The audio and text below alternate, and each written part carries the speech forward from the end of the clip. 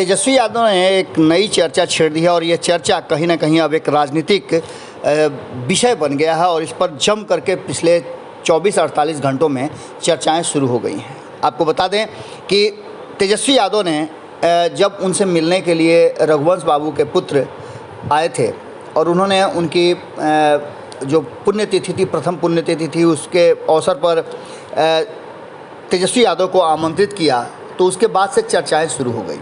तेजस्वी यादव ने इस अवसर का फ़ायदा उठाते हुए, या कहा जाए तो उन्होंने इस पूरे अवसर पर सरकार को एक चिट्ठी लिख दी और उन्होंने मांग कर दिया कि रामविलास पासवान के साथ साथ रघुवंश बाबू की भी आदमकद मूर्ति लगाई जाए और इसके साथ ही उनके जयंती और पुण्यतिथि को राजकीय समारोह में शामिल किया जाए। इस बात का आग्रह करते हुए उन्होंने नीतीश कुमार को चिट्ठी तक लिख दी। अब इन सब बातों को लेकर के जिस तरह से तेजस्वी यादव ने बताया कि ये दोनों ही बिहार वासियों के आइकॉन के रूप में रहे हैं और इन्होंने हर तरह से बिहार को मान सम्मान दिलवाया है। उन्होंने साफ तौर पे कहा है कि रघुवंश प्रसाद सिंह एवं रामविलास पासवान प्रखर समाजवादी नेता थे।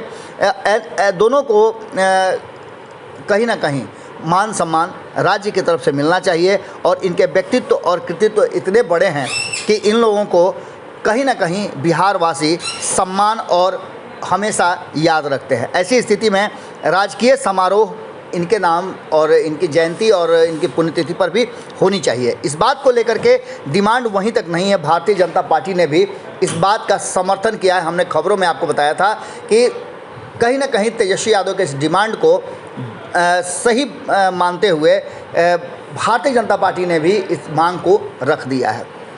अब इस पर खास करके जो सत्ता में बैठी हुई पार्टी है जदयू, और जदयू चूँकि मुख्य रोल में है, मुख्यमंत्री नीतीश कुमार हैं, वो अब इस बात को लेकर के राजनीति करने लगी है।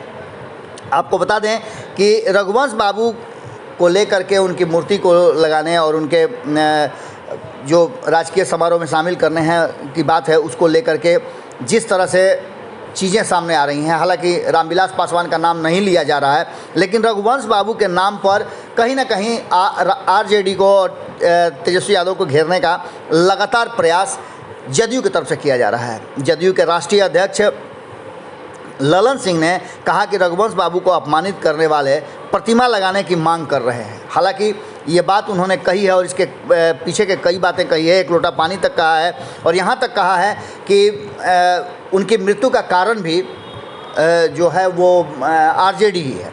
इसके साथ ही संजय सिंह ने भी चुप्पी तोड़ी है और उन्होंने कहा है कि रघुवंश बाबू को इतना प्रताड़ित किया गया कि उन्हें इस्तीफा तक पार्टी से देना पड़ा था और अब उनके प्रति इस तरह की बात करना कहीं से आरजेडी को शोभा नहीं देता है।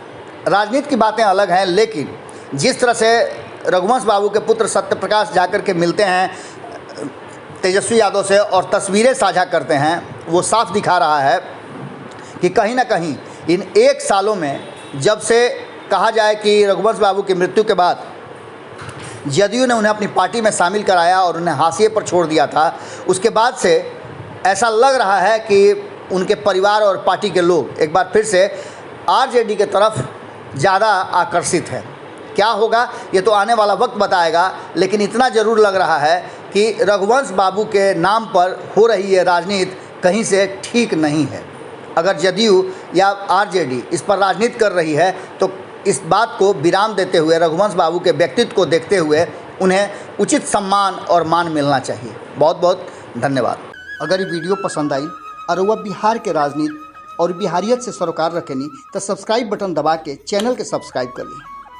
ओजे एगो घंटी बा, ओकरा बटन दबा देला से कुल सटीक और मारक खबर रुआ मुफ्त में मिल जाई। अगर रुआ पत्रकारिता के हमनी के नया प्रयोग में सहयोग कर चाहतानी तो ज्वाइन बटन दबा दी। पेटीएम नंबर नोट कर ली 9386816700। धन्यवाद।